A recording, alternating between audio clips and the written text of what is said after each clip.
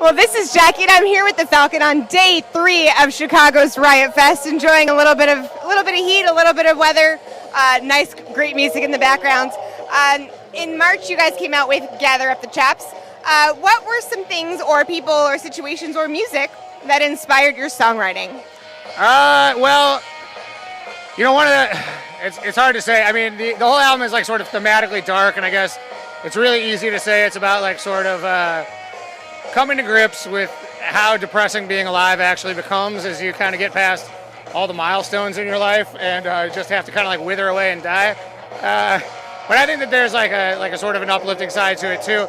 A huge part of the inspiration was just getting Dave in the band and being excited to have like a new guy in the band to write cool songs with. I mean, my outlook songwriting-wise is usually pretty bleak, but also I guess kind of dorky and funny in a way. So I would say the real inspiration was the fact that we had a cool band together to do anything, and that's what I was most excited about when I was putting some of these songs together. And how has the sound evolved since 2006's Unicornography? Well, that album we were a 3-piece at that time, and that record was really done with no expectations, and we kind of did it like a kitchen sink sort of philosophy to how we were going to do it. We're like, oh, this song will be ska, this song will be kind of the blues, and it was just like this complete like, hey, we can do whatever we want, and that was really practice, I think, to hone in on this, which is like where we have a song that's like hardcore, and then it goes into like almost like a bluesy country end, and I think we took that entire the entire scope of Unicornography and kind of tried to push it into almost every song, like at once, And we had somebody that could play guitar on this one, so that was a nice change of pace. I don't know about that. Which guy can play guitar? Neil is great at guitar. Neil is great. So how do you make sure that the music you write now sounds like the Falcon and not like the other projects you were formerly a part of? Well, it's just a matter of intentionality. Like when I sit down to write a Falcon song, I sit down to write a Falcon song. You know what I mean? So I've got that at the forefront of my mind. I don't like write 30 songs then parse them out to different records. It's like I sit down, I'm like, I'm gonna write a Falcon album right now, and so every song that comes out, I'm like, is this a Falcon song? If it's not, it doesn't matter. It goes in the garbage. Like I have, you gotta be focused. Dave wrote a Falcon song. What made you realize it was a Falcon song, Dave? Well, when you guys said sure, we can put it on the record, I realized it was a Falcon song.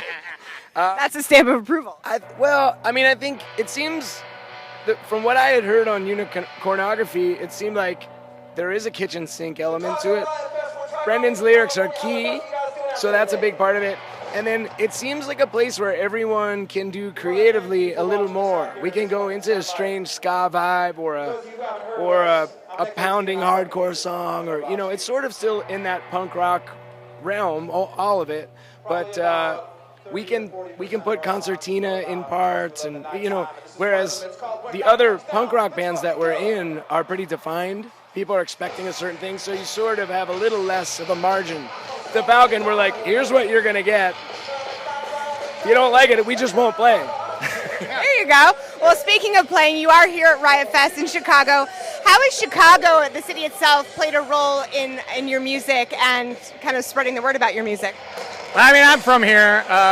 Dan is from here. Neil is from here, and this is where we grew up, and like the sort of like, I don't know, like the gritty, like boozy nature of this city is like, it's like in my fucking veins, and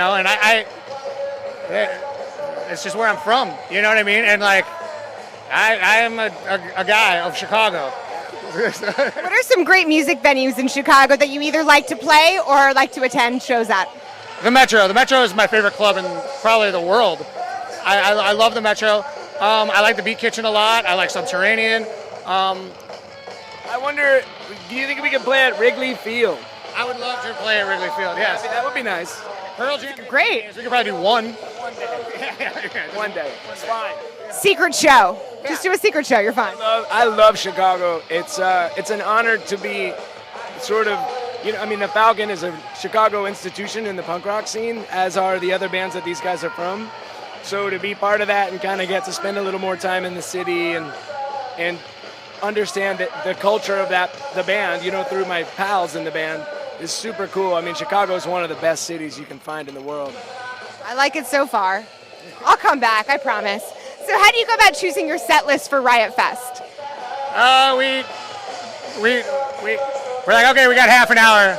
Let's play the 10 songs that suck the least. I really think that's it. I mean, like, we had one song on there that is like really like a slow burn, and while we were up there, we were all like, no, that's not going to be a good idea. So we axed it. I mean, it's just seriously, it's a process of like get up, nail them, and get out. There's no time for nuance on a stage like that, So. Do you prefer the outdoor gig or the more intimate club gig? I think the indoor club gig is kind of works a little bit better for the Falcon right now, just because we don't do this very often. We've only played maybe 40 shows together now, just this year. So we've done one other thing like this in Europe, and I prefer like the packed-in thing a little more right now. But plus, it's got to be a little nicer when it's dark. It kind of sets the mood too. Yeah, and the Misfits go on. Yeah. I mean, that's not so bad. What's up next for you guys after Riot Fest? Well, we're doing a tour in November with the comedian Kyle Kinane, and we're going to be on the East Coast. We're going to be in Canada before we meet up with him, and then we're going to do the East Coast and the Midwest with Kyle, and then we're going to be here at the Metro the day before Thanksgiving. So, and then that should take us through kind of to the end of the year. Yeah. And take some time off, take a break, hang out, eat some pizza. I wish that was going to happen, but nope. Well, stay tuned for much more from the Falcon. This is Jackie. Thanks to In the Key of Change and Chorus.fm.